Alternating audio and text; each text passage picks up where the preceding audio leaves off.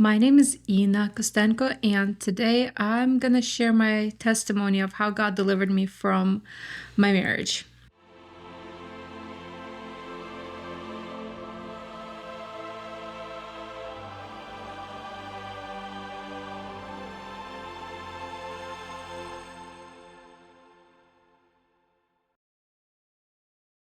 It's probably not something you expect to hear because, as most people, when they get married, especially growing up in a Christian community, we don't get married to get a divorce.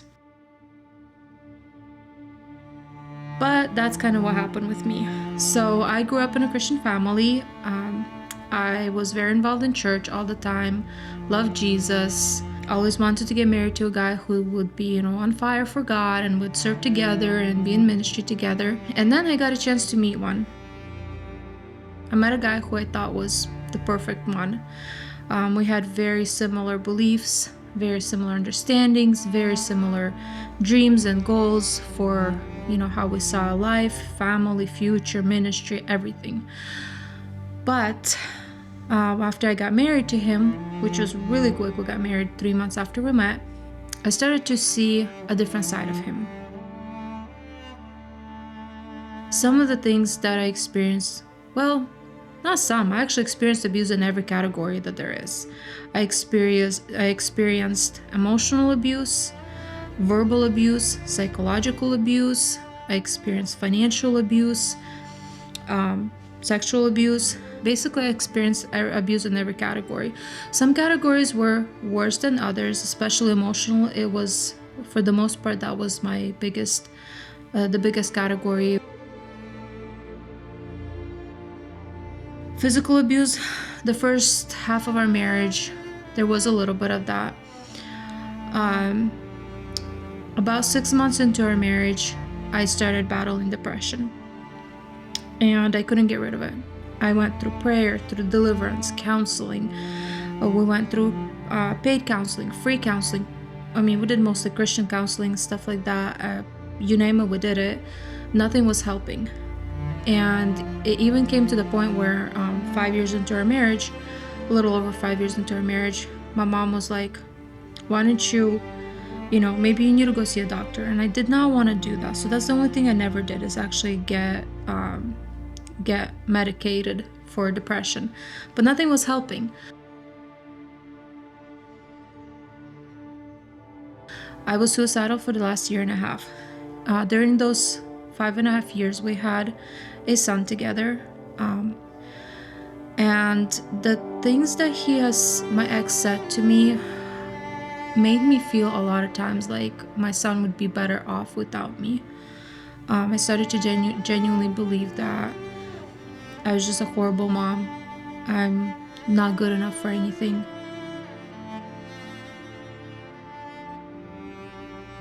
We rarely ever went to church. Rarely ever hung out with people. I was very lonely. And I didn't see the point in life. There's no point to live. I just remember praying all the time, God, save this marriage, restore this marriage.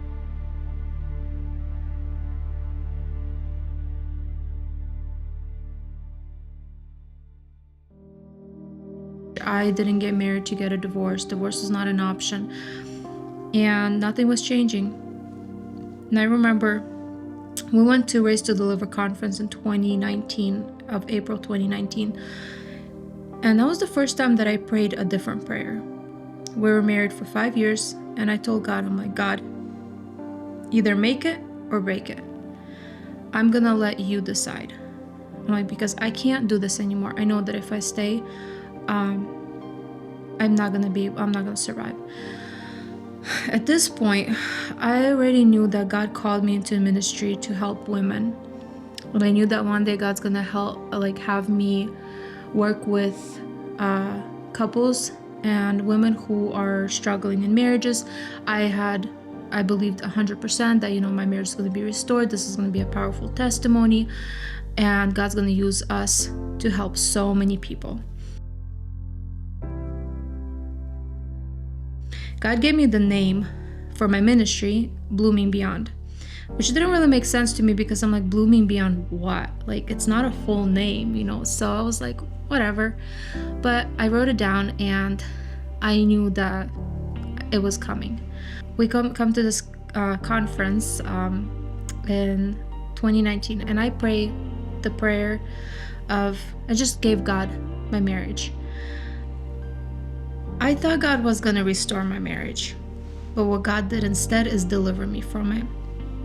A few days later, we separated, and long story short, a year later exactly, I filed for divorce.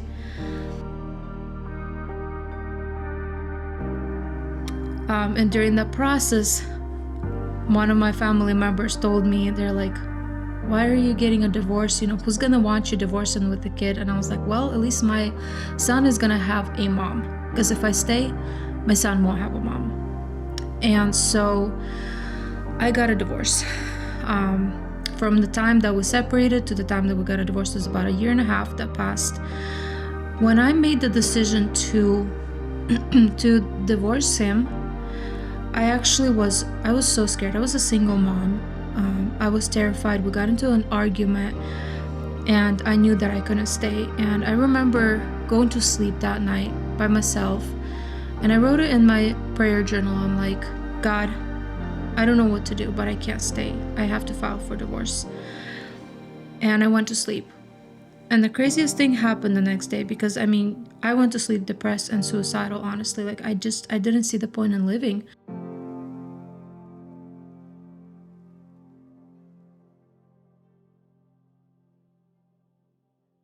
I woke up the next day, no suicidal thoughts, no depression. Like, that was all that it took for me to be delivered from those two things. I started to dream. I started to see purpose in life. I started to get excited for life. I knew that I could be a great mom. One of the things that I knew is that I would want to be in another relationship eventually. I knew that I wanted to be in a healthy relationship. I knew that my son needed a dad and a mom in the same house. And I knew that hurt people. And if I wanted to be in a healthy relationship, I needed to heal. I needed to figure out why I was drawn to my ex. I needed to figure out why I got into this mess in the first place. And thus, I started a very intensive inner healing process. I had nobody to tell me what to do, nobody to guide me through it. I didn't even know where to get help. Honestly, God gave me little bits of information and guidance through randomest stuff. One time my sister sent me something from Instagram that helped me start my process of figuring out and getting to the bottom of, like, why do I feel that way? And so now I have this method.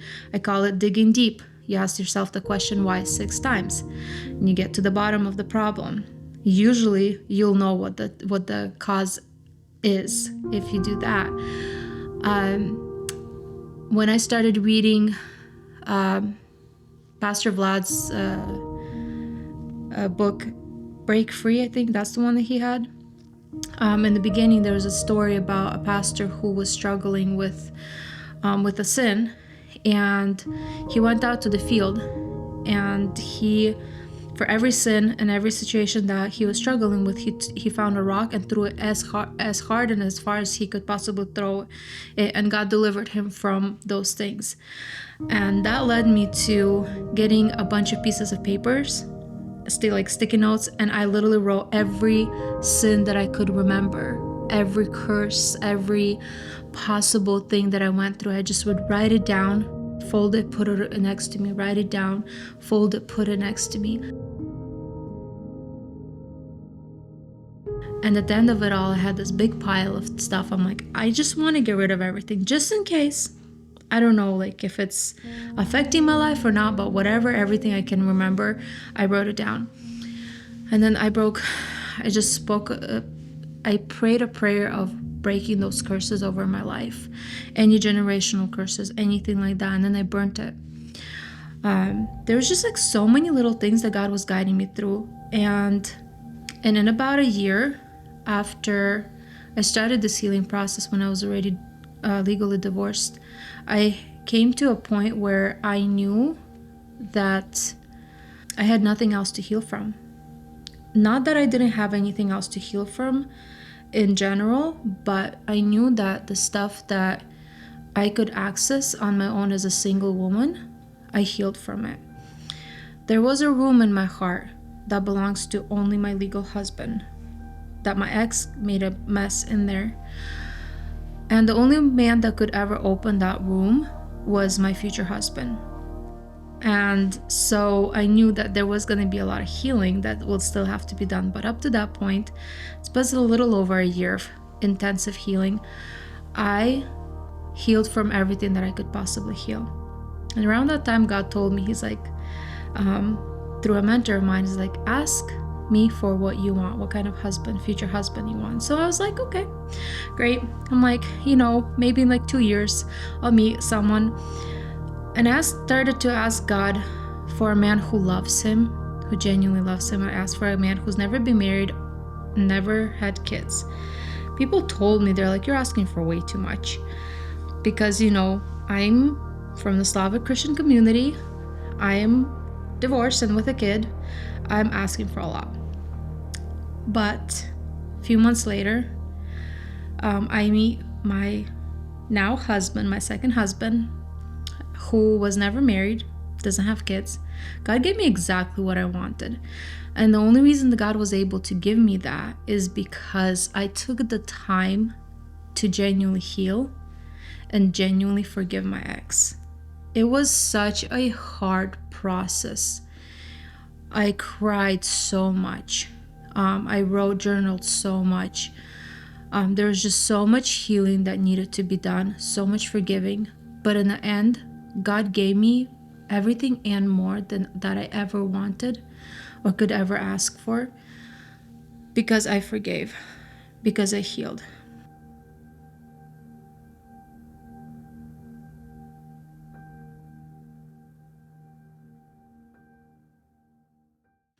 I had to dig and figure out, why was I attracted to the kind of man that, I ended up married in the first place. And I found out that it was because my dad never gave me love in my love language. I love my dad. I respect my dad. He's a great person. My parents are still married. But he grew up in a family where, of course, like a typical Slavic family, love languages is not a thing. And he was not able to give me what I needed.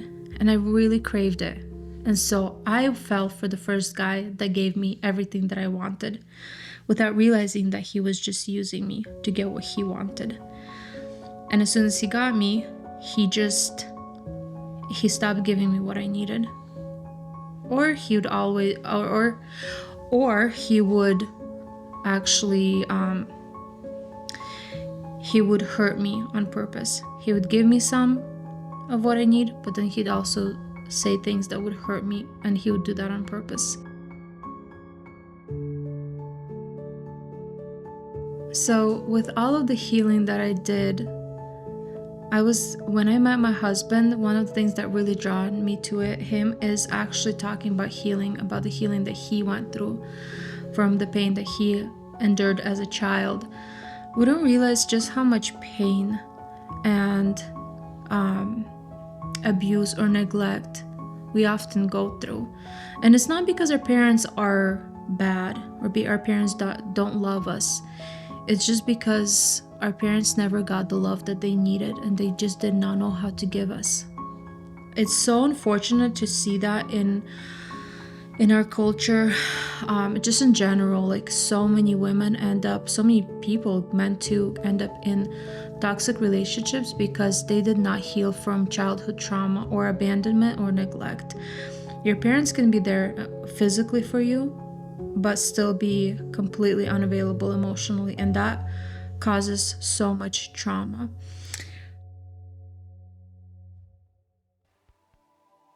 So after I went through all of that healing, that's when God was able to give me a man that loves me so much. He loves my son like his own. When people told me, who's gonna want you divorcing with a kid, God said, I have someone for you. And I'm not gonna say it's easy, because I still have a lot of healing that I had to go through. But to have a man who stepped in, he's been taking care of our son,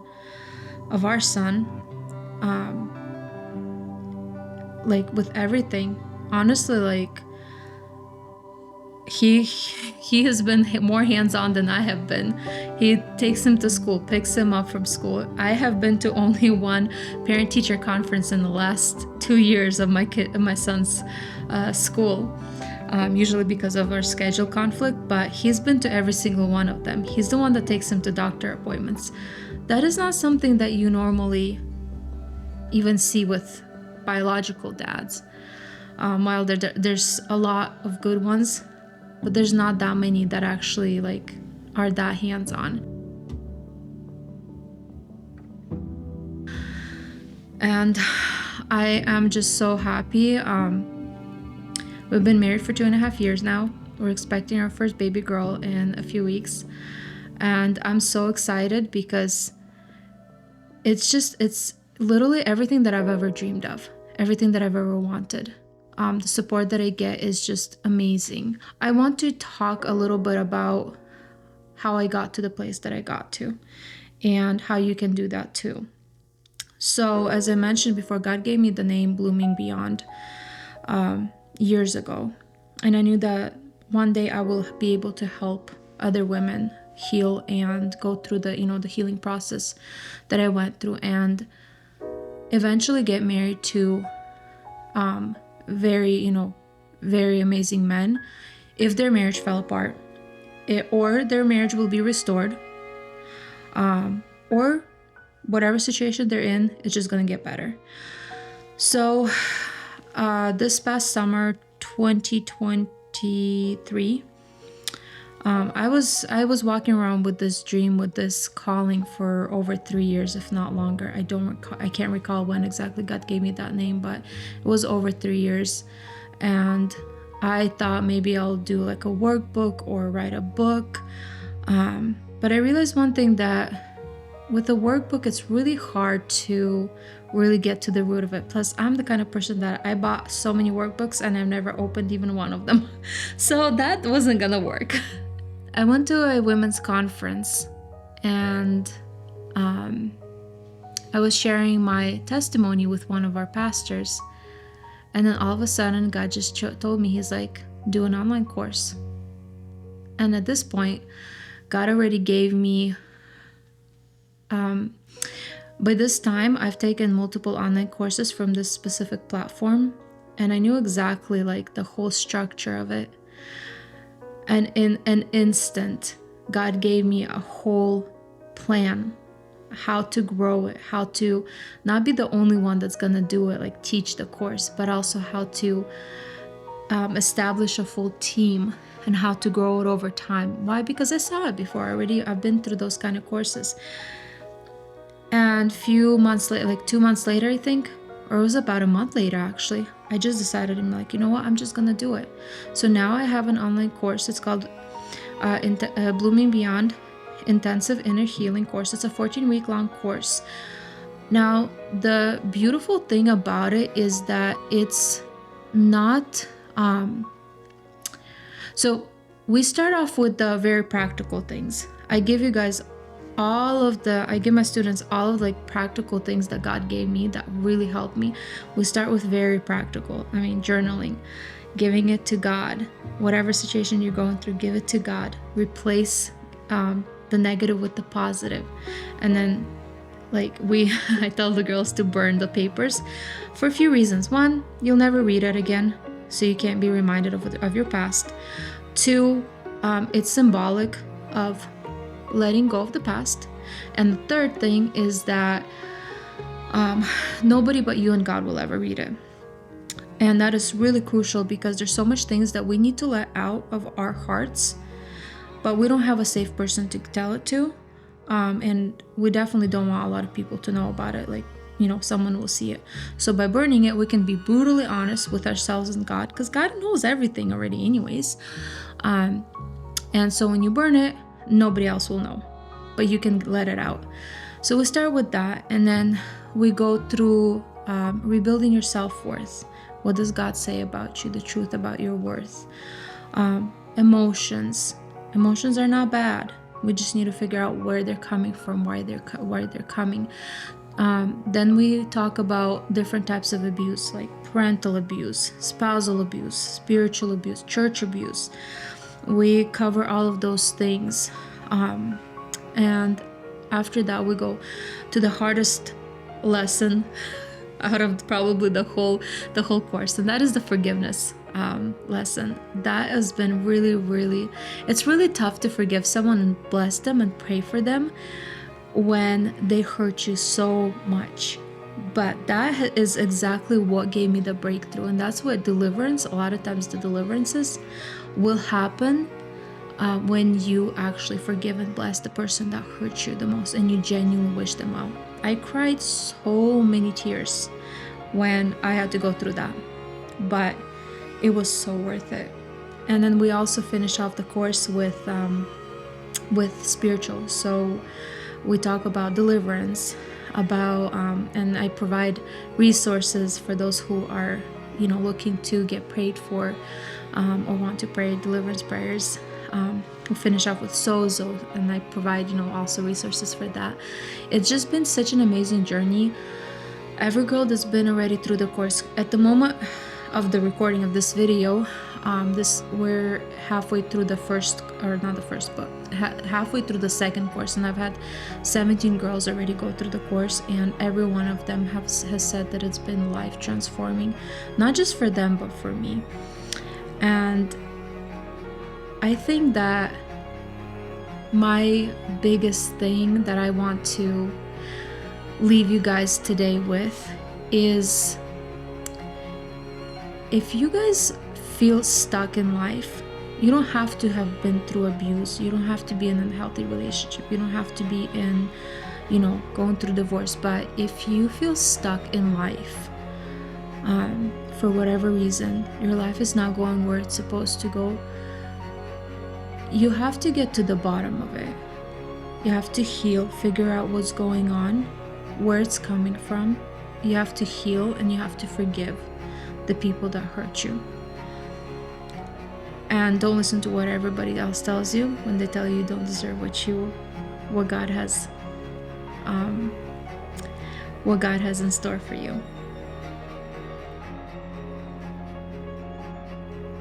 If you are struggling in your life, if you feel like you're stuck in an unhealthy marriage, or if you're just not sure what to do in your life, I encourage you to, number one, stop asking God, stop telling God what to do, and give it to Him. Let Him decide, because God knows your future. God knows if the situation that you're in, it could be, it could be your work, it could be your friends, it could be a marriage. God knows exactly what the result will be. And oftentimes we fight for what we think we want without actually allowing God to do what He knows is best for us. And a lot of times it can be what God wants to do for us is deliver us from it, and it can be very controversial for some of you guys with your families and the churches that you're in.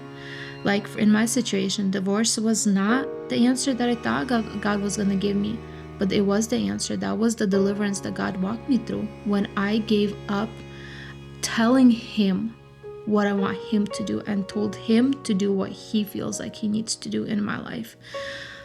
If you're going through that, that's number one, give it to God. Number two, reach out to people that can help you. Find support. If you're not sure where to start your healing, if you're not sure what to do, we have links below where you can you can reach out to us, get some guidance, at least to start figuring out which direction to even look for help in. And definitely pray and ask God for guidance. Trust Him completely, and He will guide you out of your situation, slowly but surely. My name is Ina Kostenko, and this is my testimony.